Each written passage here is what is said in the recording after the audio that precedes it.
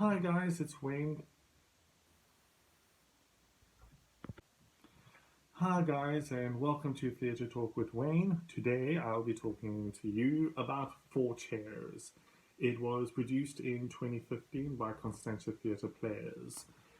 The reason why this is going to be quite a hard episode for me to film, it's because it was written and directed by me. Four Chairs isn't the first one that I've ever written. I wrote a play when I was in matric. I've written a lot of plays since then, but today we're talking about Four Chairs. Four Chairs is about, I would say,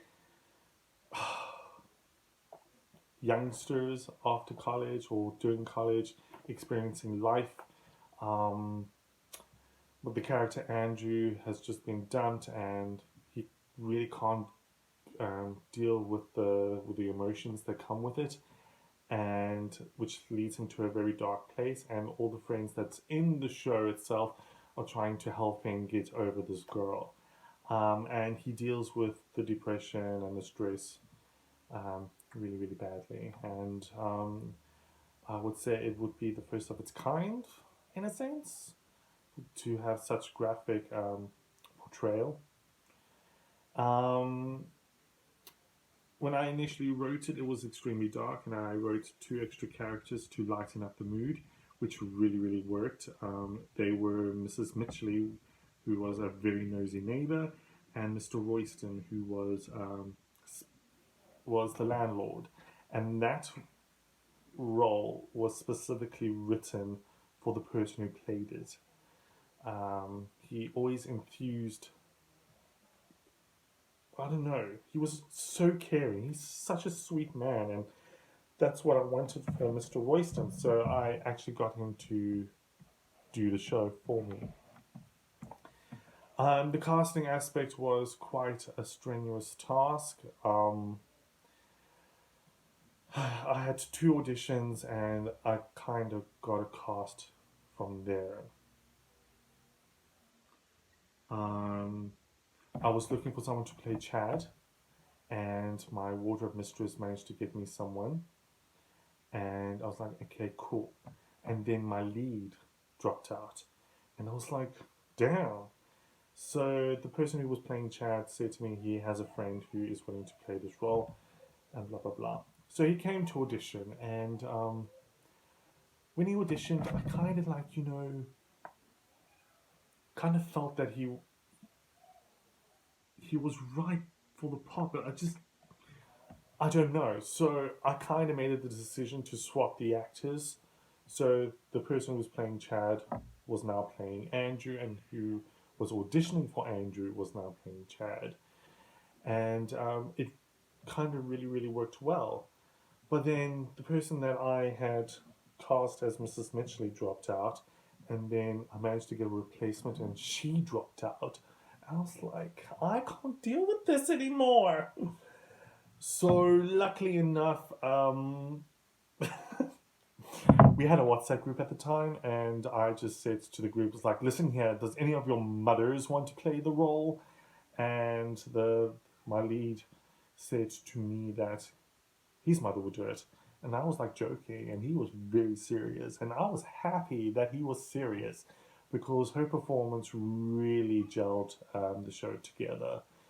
Um, her quirks were that she would always drop some pearls of wisdom, and every time she entered for her scene, she would always have a casserole of some sort, and that was the running gag throughout the show. So I was really, really blessed.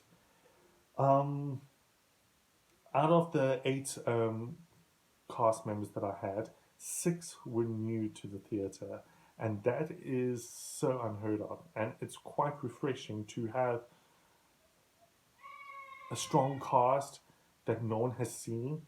So those who frequent the theatre would have the chance to see different faces for a change, and not this. Because that was one of my concerns about acting so much at the mass theatre, is that people are going to get bored. Bored. So yeah. This was very much of a team effort.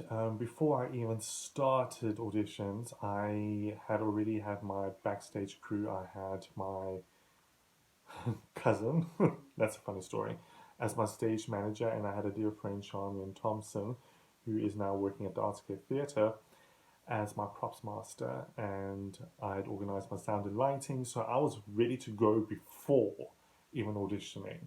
And I think that many directors just want to do the audition to get the actors. I think it's more important to get the help first, because if you don't have that, you're not going to have a show. No one's going to do your lighting for you or do the sound for you if you're not fully prepared. And I have experienced some shows where last minute we get a sound technician and backstage crew and what have you. But moving along, I did have a huge support, and it was also supported by the cast. The program was done by the cast member. The photo shoot that we had was done on location, and which was organized by one of the cast members, and it really worked well, and I was so happy. As you can see, this is the poster, and this is inspired by the poster of the perks of being a wallflower.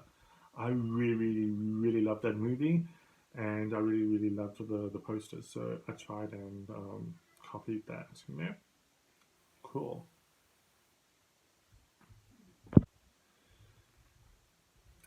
So this production was done in the foyer of the Mars Theatre, and I initially wanted the show on the main stage because I wrote it in a certain way, and because we were doing it in the foyer, a lot of things had to be changed. Um, the one thing I liked about changing my decision with regards to agreeing to keep it in the foyer was the fact that it was going to be intimate. You were going to experience the emotions from my actors right in front of you, and whatever was going on, um, you had the best seats in the house. Now, like I said earlier on, that my Mrs. Mitchley has this gag where she always brings her casserole dish, right?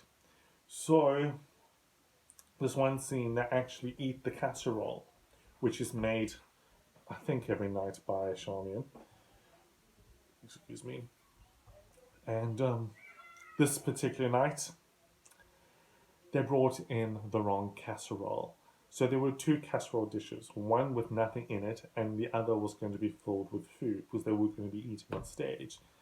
So they brought in the wrong casserole dish. So Sarah then calls Chad, and Sarah says, "Chad, this is a lovely casserole." And she shows him an empty casserole dish. And he then says, "Yes, it does look nice." And I was sitting at the back of the foyer, and I'm thinking, what is going on? Because they were ad-libbing. And then he then leaves the stage, but he's now leaving into the bedroom and not the kitchen. And the next minute, Charmin runs right past me because ooh, because um, she then had to go get the proper casserole dish. So then she goes and gets the casserole dish, and she runs back, and then Chad comes back on stage with the casserole dish. Now, at this time, Mrs. Mitchell has already dished up the casserole. There's nothing on the plate. So there is Mr. Royston sitting on stage, eating absolutely nothing. So then when the casserole is on stage, she then dishes up, and then she dishes the plate for Mr. Royston. So here's the dish, and she goes, "Fuck," and there we have it. Oh gosh, it was so funny. The one thing about this show was that at the same time we were running in the foyer, and in on the main stage, sounds like RuPaul's Drag Race, but on the main stage they had Hope Street the musical, which was also an original musical and what have you. And the two casts were rehearsing at the same time, so we gelled with them. And what was so touching is that they came to see our show, and then we went as a cast to see theirs. And we would go clubbing, like at Boogie in Claremont, which was kind of cool. Um, yeah, we became very, very close with the show, and it took us, I think, more than a year to actually let go. In my experience, when it comes for me to let go of a character, I would do something different. Like, if my character was wearing a beard, I would immediately shave the beard off. If I had, well, if I haven't had a haircut during the rehearsal period and during the performance, I will go have a haircut after the end of the show itself, and or color my hair, something to break away from the production itself. And gosh, I remember Friday night we had a show, and then we went out clubbing, and then we stayed over at a friend's house, and then the next day went back and did a show, went clubbing. No, not clubbing. Oh, in the last show. Then we went, had the cast party, then still went clubbing, and then we went back to one of the cast members' houses and we slept over, and we spent the whole entire day um, at her place, which had a pool. So at one point, I wasn't even at home for 4 days, and I really, really enjoyed my time and my experience with that production, because at the same time I was in college and I didn't really have a job, so I really never got out like I did.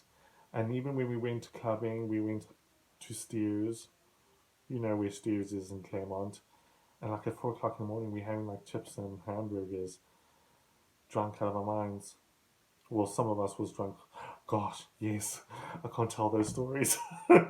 If you want to know more, you can check on the playlist on my channel called Four Chairs. You can see what we actually got up to.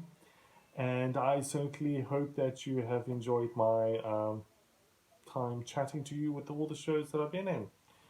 Check you out next week.